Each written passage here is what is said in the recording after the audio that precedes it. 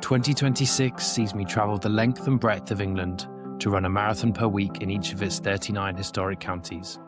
Why?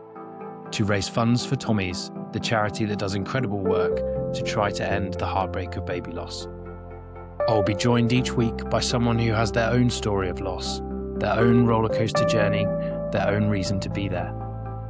This podcast shares those stories in the hope that they can bring awareness to an often undiscussed topic and even, perhaps, a flicker of light in someone's darkness. You can follow the runs, the stories, and donate to the cause at marathonsformiracles.com. Enjoy. Hello, welcome to week 22 of Marathons for Miracles. Just saying to James, week 22 feels like progress. Like we're really getting somewhere. We're recording this the day after the Leeds Marathon.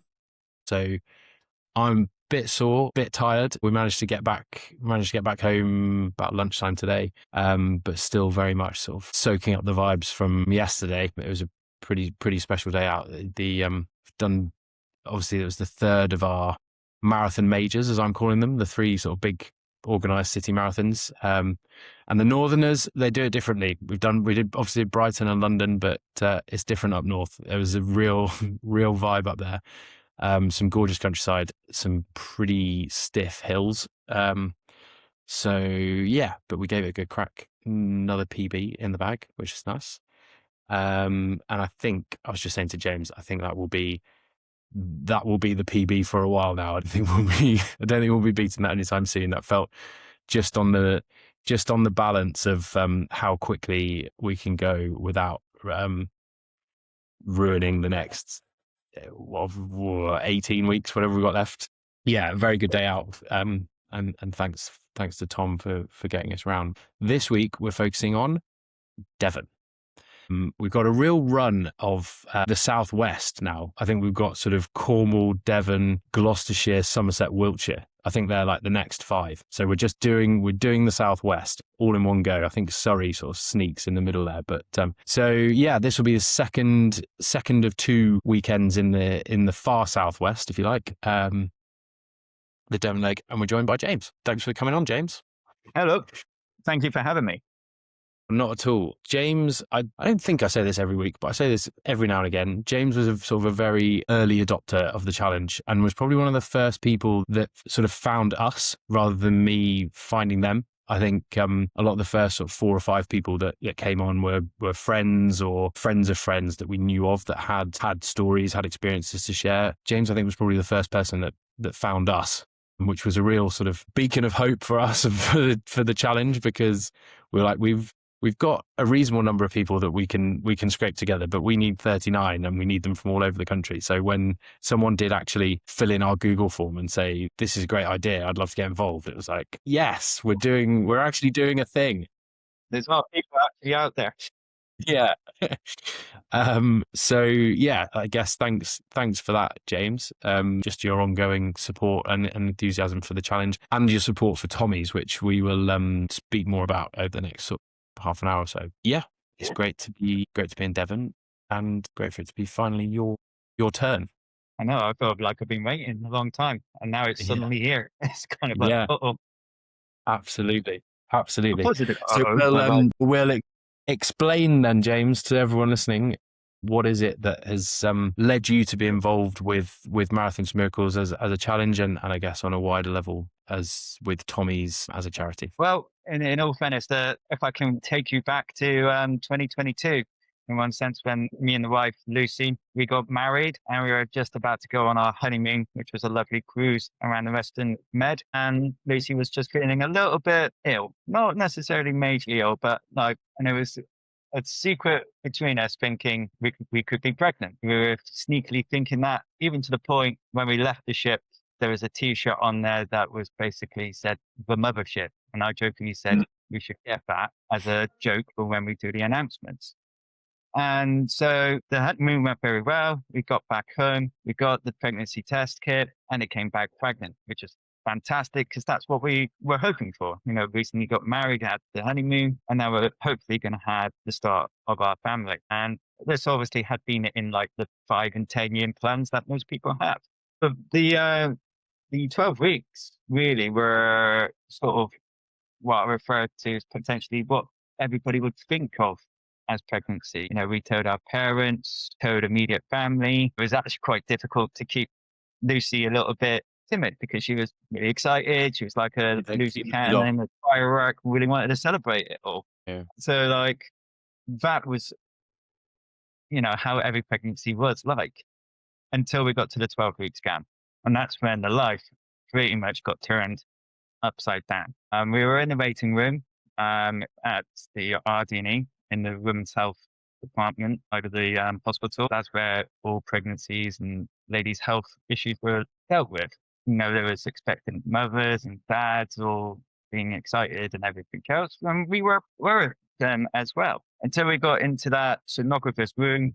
And then we had our first glimpse at our first baby, or Luca, as he eventually was called. And from that initial appointment, it became apparent that something was wrong with Luca. However, ill of the sonographer, she could not tell us exactly why, and that we would need to have another appointment with the senior obstetrician. Sure. And as I say, I mean, no ill to her, but that was kind of, we just had our world turned upside down and we were just given leaflets and then basically allowed to go. And it was a bit like, well, hang on a minute. You've just literally have flipped our world upside down and we're completely lost. So much so, it's lucky that Lucy's mum dropped us in. We went back to her car and Luce just literally broke down in tears, which was understandable. And it's kind of like, what is going on? And as I say, we had no real information apart from leaflets. So that was potentially the start of the next, how many years? 4 years. Yeah. So we had the senior obstetrician appointment, yet again, having to go back to this hospital, back into the same waiting room. And these are all very difficult moments to experience. Maybe not so much self, but for Lucy. And it transpired that Luca had a high nuchal fluid level behind his neck. They do expect some kind of fluid, but not the high level that he had. Yeah. Which could potentially mean that he was susceptible to a syndrome of some kind. However, to know what was going on, it would have required, if I remember correctly, a CVS test, which would have required a needle being placed through the abdomen of Lucy into the room, grabbing a sample from the placenta, and then taking that out for testing. And so you can imagine that's quite a hard thing to even think about. Even one of the major risks was potentially a miscarriage from doing that test itself. Yeah. So just to clarify, James, at this stage up from that scan, obviously we've had 3 12-week scans ourselves now, and so fairly familiar with that nuchal fluid measurement, and they're measuring for, it's one of the key indicators for like Down syndrome, Patau syndrome. It's part of that screening process, isn't it? So there was an unusual measurement with Luca. So at this stage that there's no major concerns about Luca's health necessarily, just about that, the measurement on the fluid. Yeah. So the one argument you could kind of say, yeah, there may not be any issue with his health, but because there's a high fluid behind the neck, it's a high probability there will be a syndrome. What Sure. syndrome it would be, they wouldn't know unless testing was undertaken. Yeah. Okay. So there was then, a heartbeat. He was very much developing growth. it was very much developing as they would want to, apart from that particular data was a bit sort of uncertain to them. Sure. And so that was like a little bit kind of like, well, do we have that CBS test and potentially cause a miscarriage? Or do we figure out what's going on? Potentially the first of many hard decisions we've had to make going forward. I always remember there's one room in hospital that we went into, which was very small, one of those standard clocks that just ticked very slowly. Yeah. And then something typical for a Devon hospital, you had a big backdrop of Dartmoor, kind of like trying to keep things, I don't know, nice and calm or whatever. And that's when the senior obstetrician came in and discussed about it and what we needed to do or what they suggested. And so we followed the expert advice and we went for a CPS test to see what would happen, what would come from that. To cut a long story short, that came back negative. So then we're kind of lost at like, what is going on? That started Lucy's kind of over analyzing, which is perfectly understandable. What she's doing, what has she consumed? Did she need to consume more of this, A, B, or Z? What has caused this complication in our pregnancy? Mm. And ultimately, they couldn't say why. And it may not have been a why. It's just, this is what's going on. So we carried on we were lucky enough to have 14-week scan, 16-week scan, 18-week scan. And then it was transpiring that things were not actually growing as they would like. So say the heart was not developing correctly and the brain wasn't developing correctly. They could see all these patterns in the normative data. And meanwhile, bear in mind, we're going to the hospital for these scans. We're passing babies. We're passing it joyful mothers and fathers. Yeah. Whilst, hang on, we're getting the polar opposite experience here, and no fault of the hospital or anything like that. It's kind of like, can we be kind of separated from this? Because these people are experiencing the best thing in the world, and I would totally allow them to have that. But meanwhile, we're going through something that's quite hard to understand and to comprehend and even sort of acknowledge in one way. Yeah.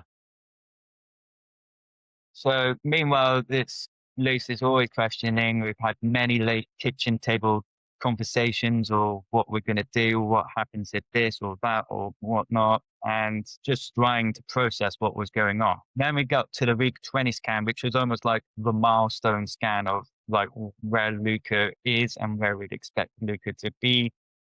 Mm-hmm. That is when things started to get serious.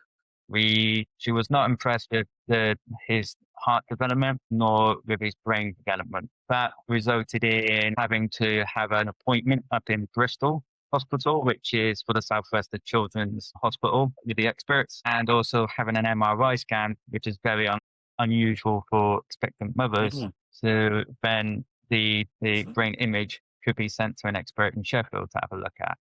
Yeah. When That we is got to the I've not heard of a pregnant woman having an MRI. We've obviously had a lot of conversations about a lot of things that have been investigated, and No, it's okay. it's It's unusual. fair enough.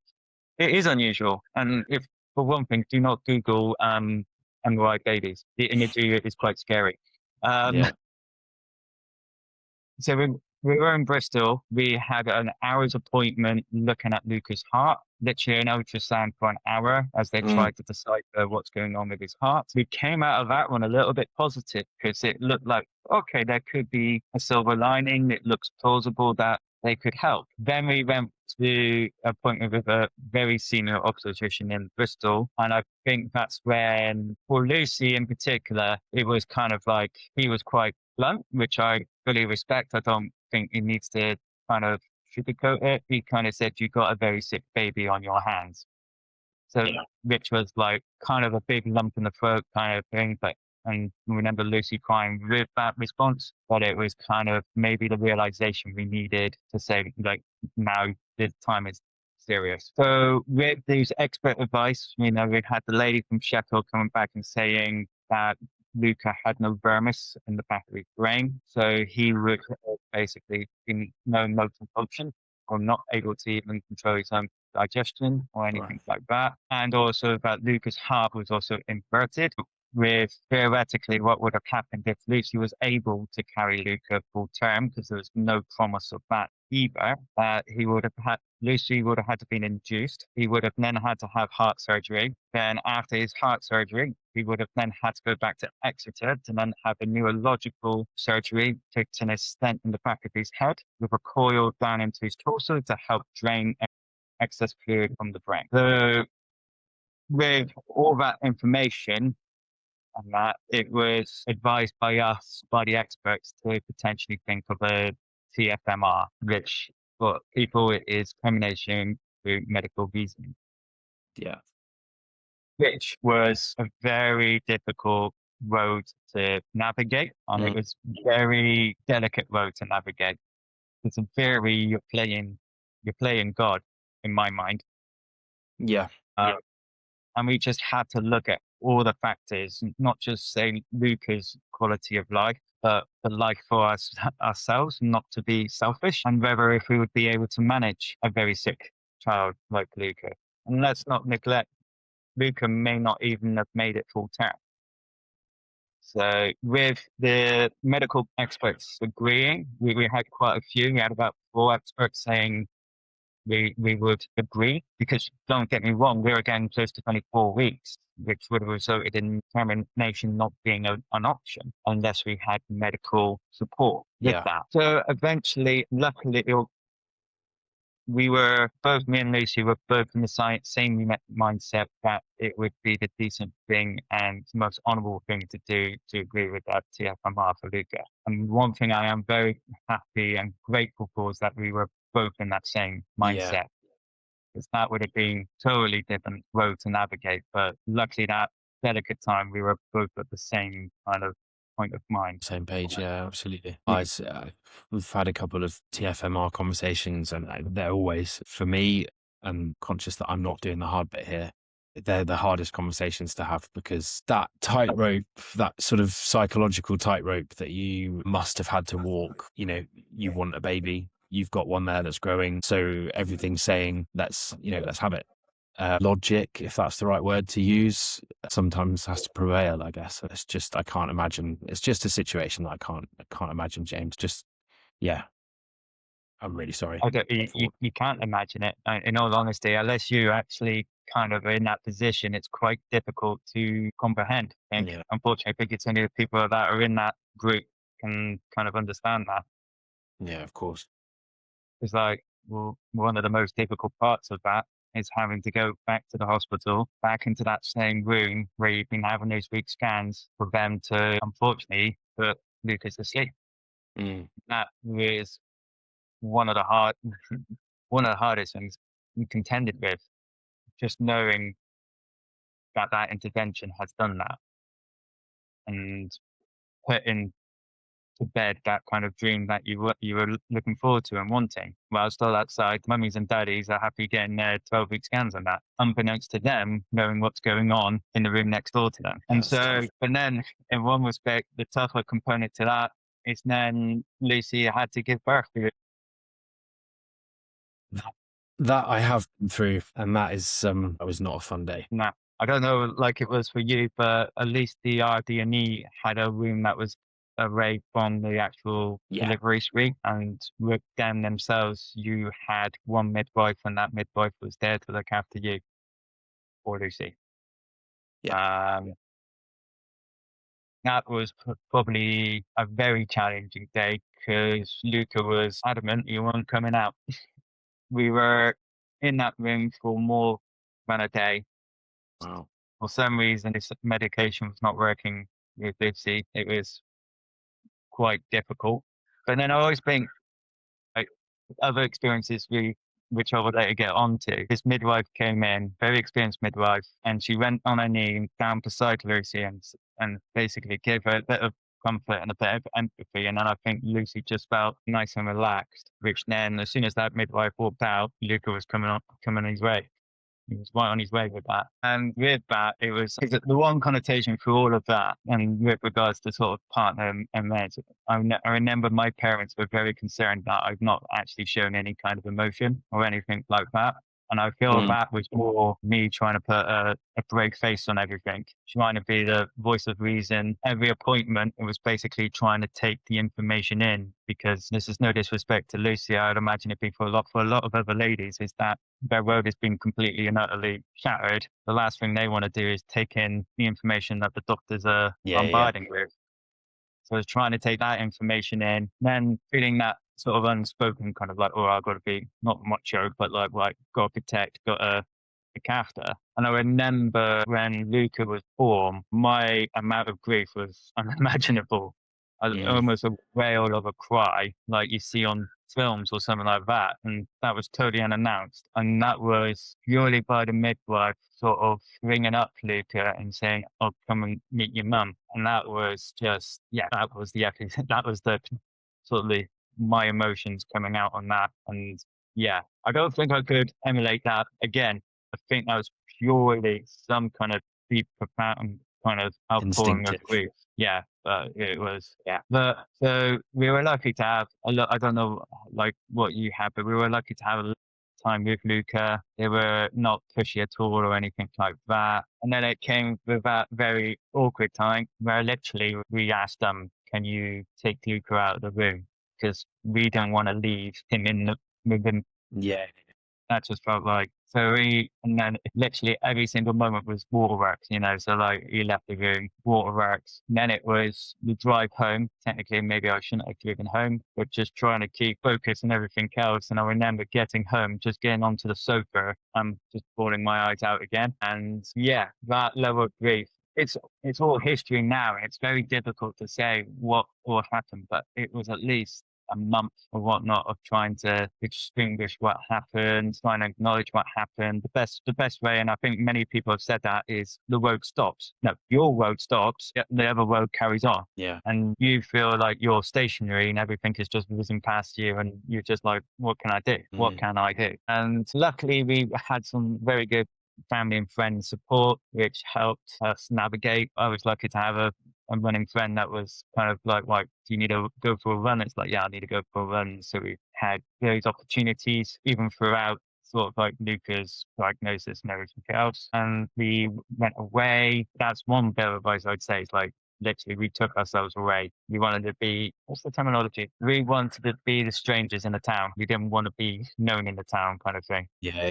Yeah. And so it's quite a lot of grief to comprehend, especially being a TFMR. And during all of that, and trying to find the information and everything else, that's potentially when Tommy sort of started coming into the sort of frame with their information on their website for partners through grief and how to support your wife and everything else through that. Did you speak to Tommy's at that stage? Did you sort of engage with them with the midwife lines or anything like that? Was it more just an information? At that point, I tool? think it was more using the websites, using the articles and everything else they had on there. But then also, I can't remember exactly if I used the midwives for Luca or for Leila, but did utilize them as well, just to sort of understand what has been said and what they deem that would mean. And I even remember just, unfortunately, with poor midwife, I just sort of spoke out a lot, and then she goes, anything else? And it's like, nope, I've literally got nothing else to talk about.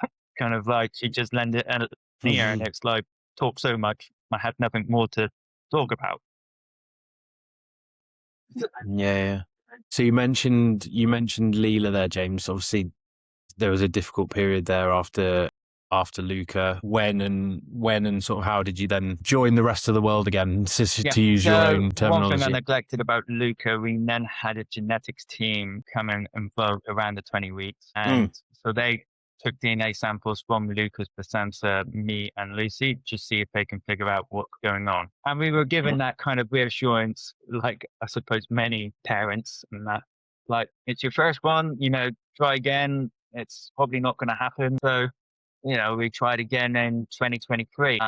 This pregnancy was unfortunately before Leila, where unfortunately we had a miscarriage at 12 weeks, which was, obviously you can say it's very devastating. Luckily with that 12-week scan, we were straight through to the senior obstetrician who did the scan. So we were under her care from the start. That unfortunately just had to go through that same kind of medication, bring that pregnancy on, and it just kind of showed how much how much Lucy wanted it, i.e. the baby, it was a miscarriage, but he wasn't going to let it go, kind of thing. The most thing about that one is I remember after Luca, my mum knitted loads of tiny little bears for baby loss for parents and that, and then it was kind of annoying, frustrating that we actually got a pair of those baby bears back. We're not got one of your mum's bears. The only reason I say that is because with Luca, and this might have a bit of connotation, is that we got two little robin ornament decorations, and the midwife gave us this lovely bit of advice, was one stays with Luca and one stays with you, and when it's time to say goodbye, you swap them over. And that stuck with us for a long, and we did that with Luca, and I think that was the best bit of advice we ever got. So that is really, yeah. And so that's why really nice. Mum decided to do that and knit some as well. So that could happen there. But it was a nice little thought, and I'm very grateful to that nurse for saying that, because I don't know what a way of saying it, but it's just another bit of closure kind of thing.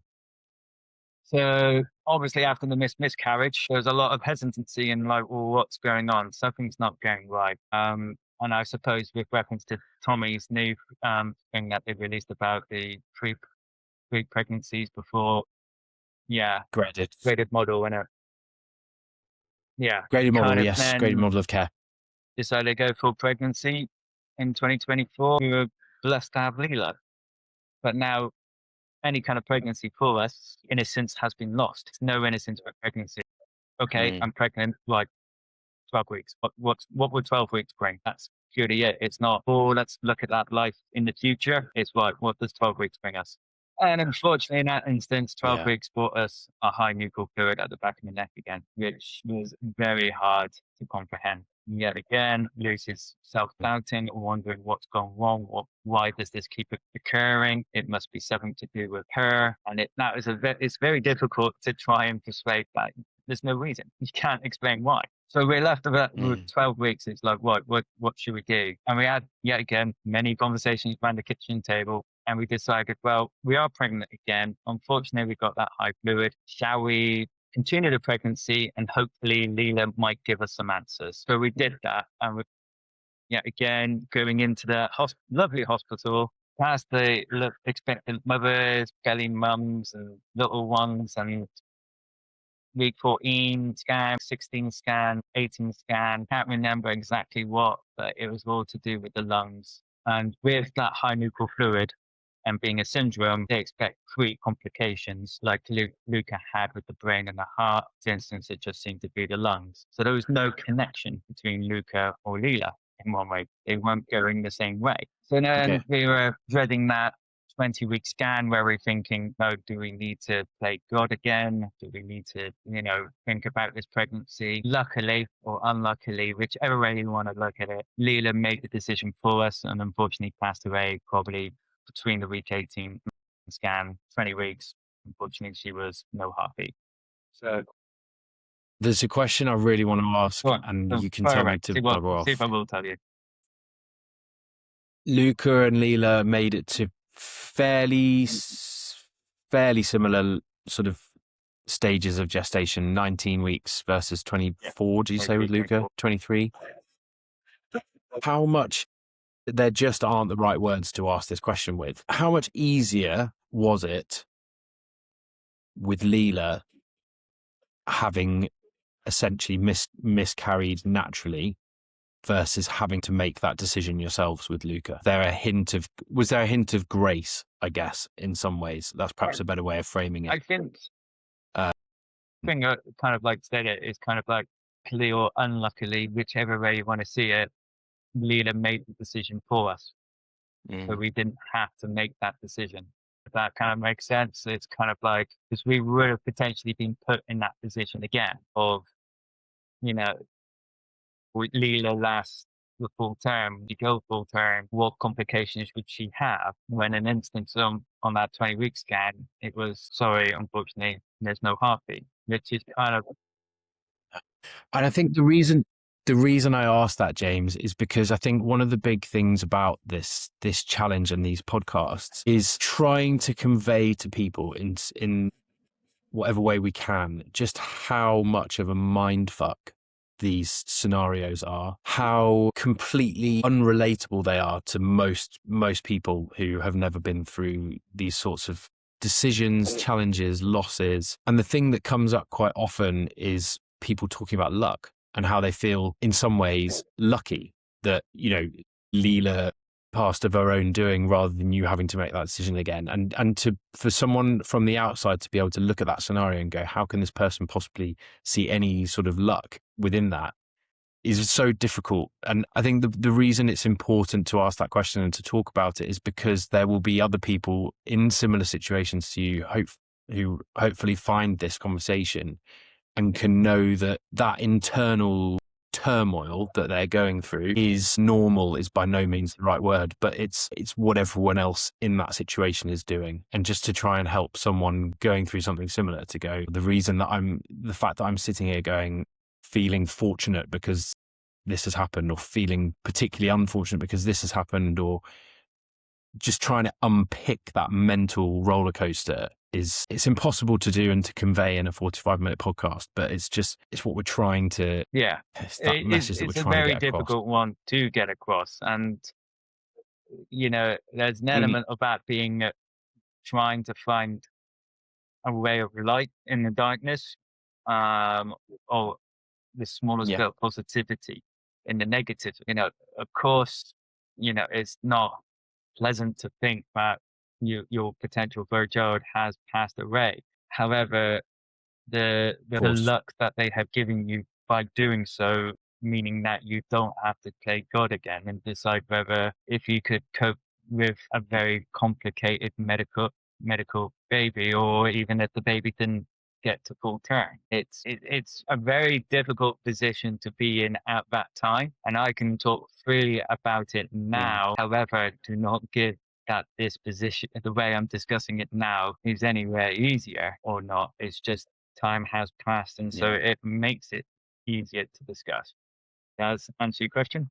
yeah, of course. Yeah, yeah, absolutely. Yeah, and I there's think no so as good or well. bad answer to that. It's just, like I say, it's more just somehow trying to convey that image, that whatever's going Yeah, on I in can see, there, it's like in we that really period of want the time. baby. Don't get me wrong, we want that family. And then also to think it's lucky that Mm, Leila passed away. It's kind of like, well, hang on a minute, why are you feeling so positive about that? Well, that is the positivity, in the sense that means that we didn't have to be God, I suppose is the ultimate question answer.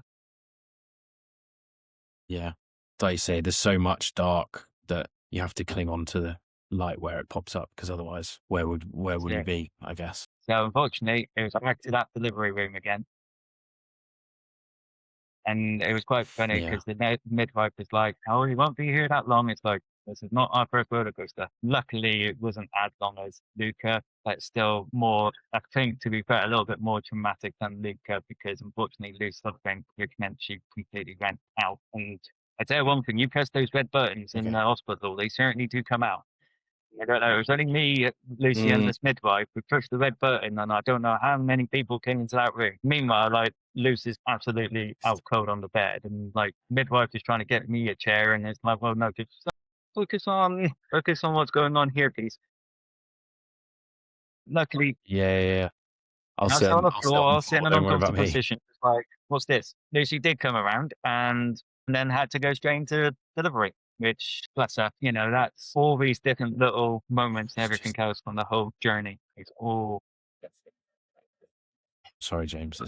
It's another example of also just what our wives and partners have to go through. It's not just in sort of unsuccessful pregnancies, but also in successful pregnancies. I guess Oh, yeah. there's a fair bit more weight carried by the females than by the males, I must say. But I never cease to take my hat off to what these ladies go through. So then, with Luca and Leila and the miscarriage in between, where did you go from there? Where have you gone from there? And has that led? Obviously, we spoke about the new sort of suggested graded model of care, which doesn't yet exist and wouldn't have done at the time. But you would have then reached the three miscarriages. Does that sort of qualify you So, again, for well, want of with a better Leela, word? it took a little time, but we got genetics back on board. The senior obstetrician wanted genetics to come on board sooner, but they were a little bit kind of like, no, we got to wait for 20 weeks, kind of, all those paperwork markers and everything. With Leela's Mm, passing, genetics had another look. And so Leela was born on March 2024. And by October 2024, we had a meeting with the senior obstetrician, the genetics team, and we had a discussion about what has been potentially found. This is again, I suppose, a little bit that mm, postcode lottery. RD&E has a genetics lab attached to it. So kind of lucky in that okay. instance. With that, it kind of transpired that there's potential a genetic syndrome that they discovered, um, which like there's only one study of 200 Americans or something like that, which is called Halo Fountain or Halo 10 genetic, which is a gene has got a deletion at the end of it, or the DNA strand is a bit frayed. That's the best analogy I can give Hmm. it. And then with that came sort of the discussion about going into IVF, and more in particular IVF PGT, which is basically the general IVF treatment. Then the eggs go on, well, the embryos go on for genetic screening, and then the affected embryos will be discarded. So that was going to be a bit of time to get going. From a sort of a numbers perspective, off the back of those results, what would this sort of say? What was the likelihood going forwards that your babies would continue to be affected in the, So they in give the us a same 50-50 in the chance. same? There was a 50-50 chance. Okay. So you can either continue naturally, and it might be a 50-50 chance, where we had 3 pregnancies, 2 of which we know is down to the affected of the syndrome. The miscarriage were unknown. So like we've gone above 50% in my mind. So then it was kind of like, let's approach this IVF side of treatment. Yeah, of course. And the thing just to stress there as well, I think that it's very easy to underestimate. As you said, Luca was 2022, your second miscarriage was 2023, Leila was 2024. We're not talking about like a couple of months here, are we? For people to just to get their head around it, it's the time it takes to get pregnant, and then 20 weeks is like half a year. So each time you're using up, if you like, a year of your life on a coin flip, essentially. So that was like the kind of point of discussion and everything we had, because with the IVF treatment, there was a time frame with that, and one of the argument cases, but look, we could try naturally again. That's going to be 3 months. But that, unfortunately, is not a good pregnancy either. That's throwing the IVF treatment down the line even more. And then it was just basically the psychology kind of scar of doing those 3 pregnancies and it not becoming viable. The one I always struggle to suggest to people who are not in the known, it's like Luke and Leila. Luce had to give birth to them. She had to give birth. I'm going to be blunt. She had to give birth to dead babies. We heard no cry or anything like that when those babies were born. And no word of a lie, I do not think people could underestimate how difficult that is to actually comprehend. Yeah. I do not wish that upon my worst enemy. No, I'm with you. That was such a strange It's day. kind of like people say, oh, it's 50-50. It's like, that's not 50-50. And so with that, we decided to go down that IVF treatment side of things, which then potentially kind of coincides with then the beginning of fundraising, because with that, it's going to be a year waiting for the IVF treatment to start. So needed something to fill the void. So it's like, what can I do? Well, I'd like to run London Marathon again. Best way you can get London Marathon is through a charity place. So it's like, right, let's run for Tommy's. That is something very close to the heart, and let's do it for this cause. And I like running. I'm a keen runner myself. So, but what's the next challenge I can do with that? Let's try and go for Guinness World Record as the fastest marathon dressed as a 3-dimensional bird, a robin. And that's where Run Like a Robin was born, and the fundraising began with that. Yeah. Amazing. And it's a fantastic costume as well. It's not one of these sort of budget felt.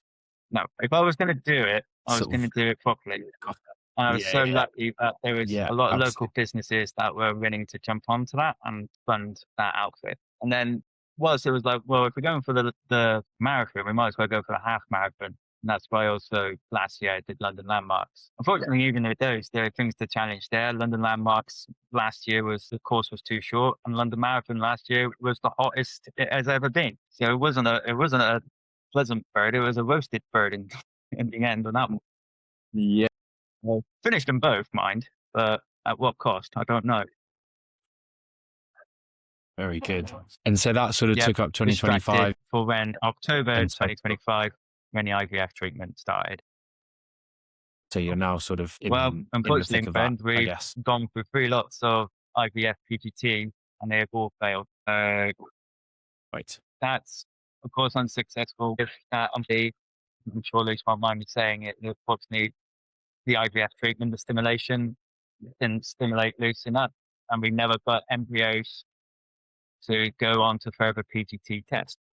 Yeah, it's the one thing potentially of joining yourselves with Marathon for Miracles was in the hope that there might have been an actual little one on race day. And obviously that IVF feature T for some reason. Well, we know why. We didn't make enough eggs to even test any for genetics. So we now know that 2026 is going to be another babyless year, but we still try. We're still perpetual. That's so tough. And that's an interesting outcome as well from because seemingly the problem was never getting pregnant.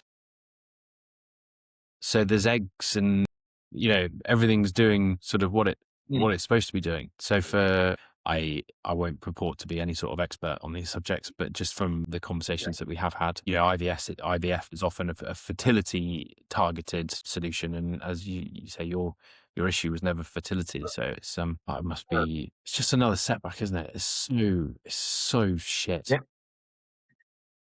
I'm really, really sorry, James. It's just, again, it just goes against this societal discourse of be careful, because if not, you'll end up pregnant and you'll have a kid. It's like, When you sorry. There's another side to that. That's the way we look at it. It's like you get told, don't, and it's like, well, it's not that easy, and that's the difficult thing to even look at. Yes, I look at that, but in a bigger question, that's what Lucy looks at. She looks at her friends. She looks at my friends who've got babies and everything else, and it's kind of like, why have I got to be that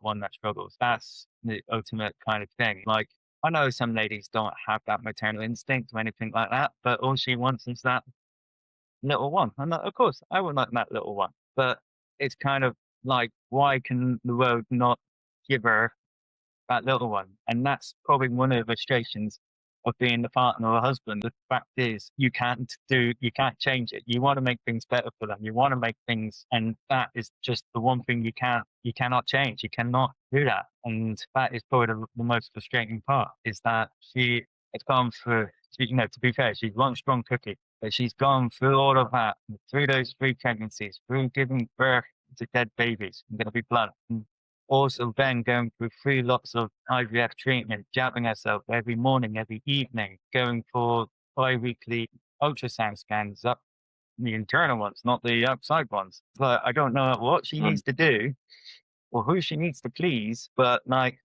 she's jumped through many of hoops.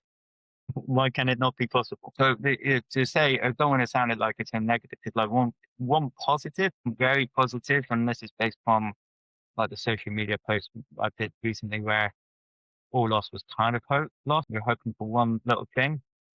And I appreciate here, and I'm going to be honest, it's like, I know it's a postcode lottery, and I know how lucky we are.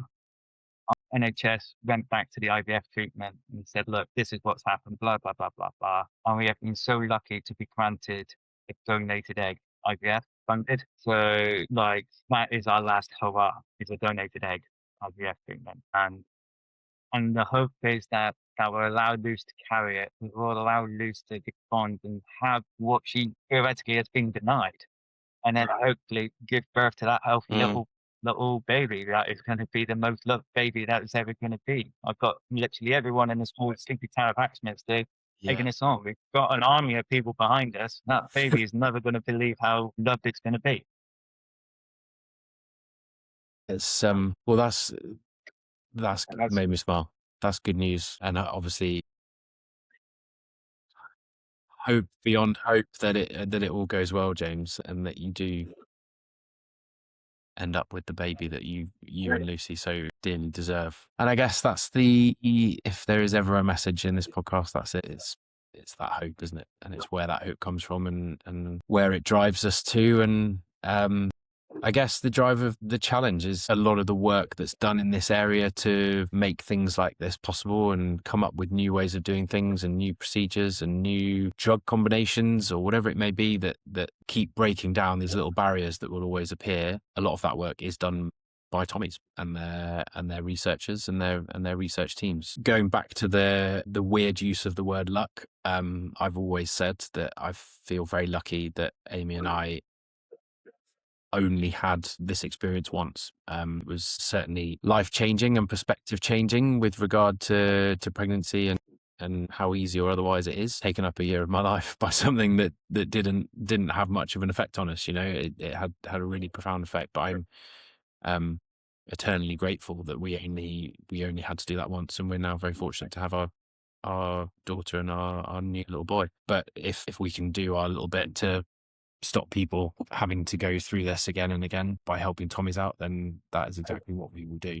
So as ever, I say this every week, the work that Tommy's does isn't free. They have to fund it themselves. So if anyone's listening and wants to help us on our quest to help Tommy's, then do please visit www.marathonsformiracles.com and click on the big pink donate now button. And yeah, every penny, pound So in does one respect, really, that's really help why and go a long way. supporting Marathon for Miracles isn't necessarily running a marathon.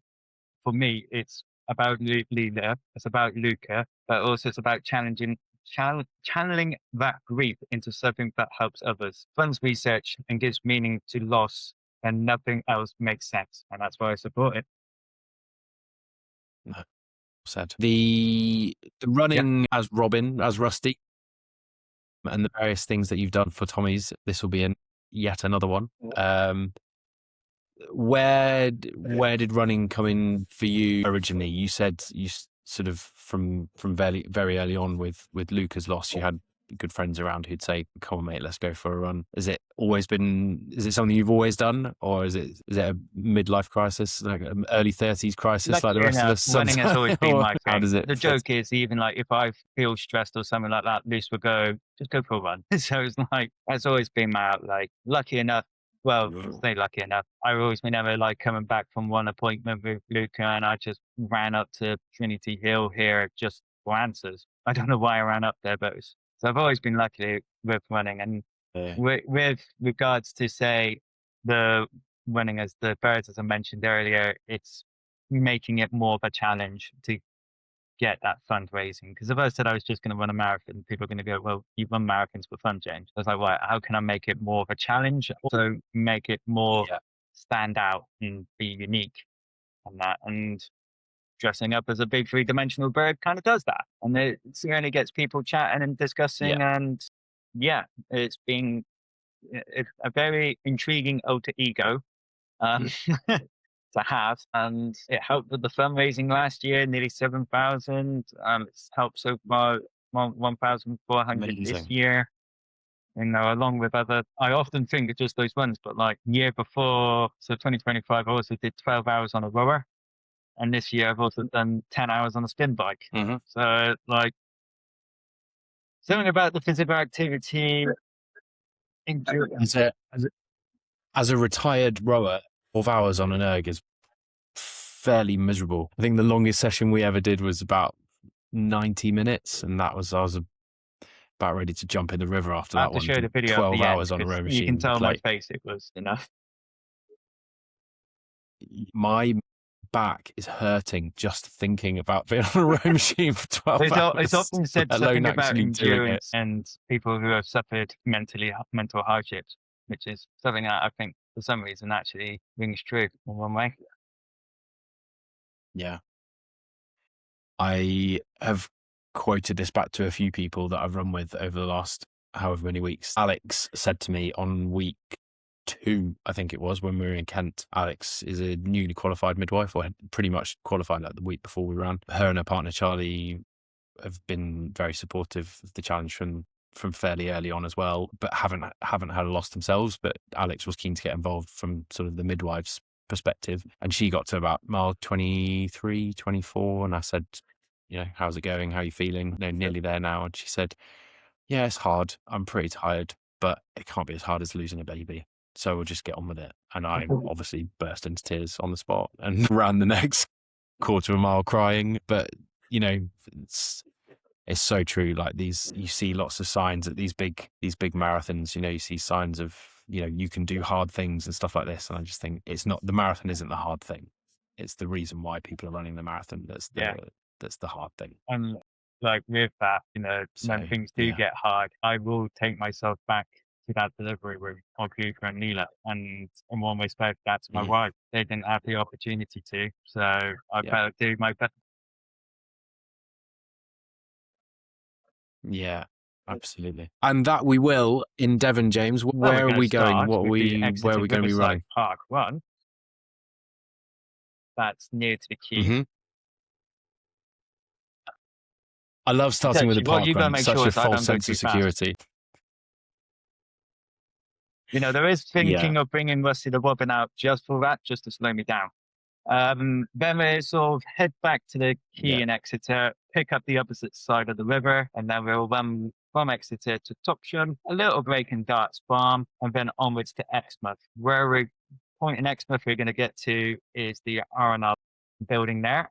The reason for that is because Luca and Leila's name is on the boat there. That's one thing we've done to in their memory. It's just nice to think when that boat goes out to save lives that Luca and Leila are with the crew to help with them. It's funding and helping another charity, Amazing. but also having a bit of a meaningful point to it as well. And then basically we turn around and come all the way back to Exeter. We did try to get a boat crossing. We did try to do the boat crossing, but logistically, I don't think it was going to work out. Yeah.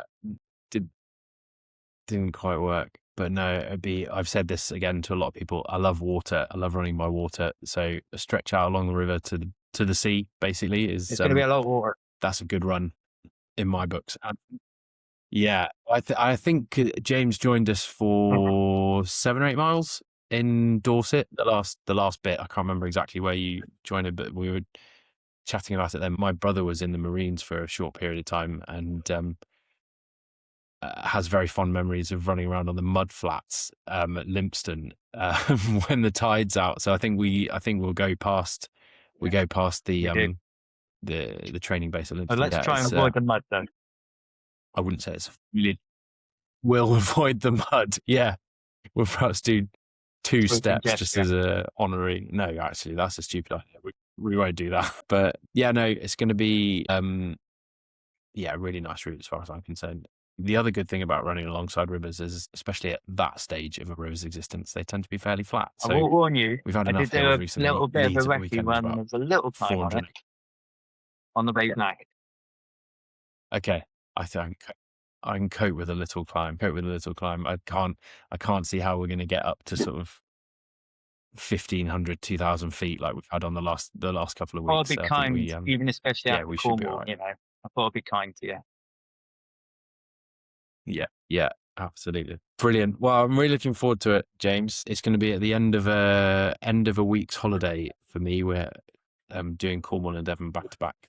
So I've had a nice relaxing week with the kids in Padstow. So I'll be raring to go by the time we get to you on the Saturday morning. So I know you've got a really good running community down in that neck of the woods, and we're probably going to be joined by a few people along the way. I've got a mate I think is going to come and run with us. I think Alice and Nick from Dorset are going to come and run with us. Ladies from Somerset, I think, as well. Jess and Laura. Yeah, okay. I've missed that one, I think. Laura and Jess were 2 others that found us sort of through Instagram, and I think through messages that you'd put out because they were familiar with your Instagram page and then sort of found us through that. So and I know I've got some of my running club coming from Exeter to Darts, and then Alice is joining us from Darts up to Exmouth, hopefully. And I'm going to beat the drum a little bit more and hopefully get some more runners, hopefully. So yeah, we should have a really, really good little crew out. Hopefully. It always rains in Devon. I don't know about that. On it now. But yeah, one last point. The mothership T-shirt. Did you buy it? I don't know where it is. And it's still there. Used it. We used it with Luca on trade. Yeah.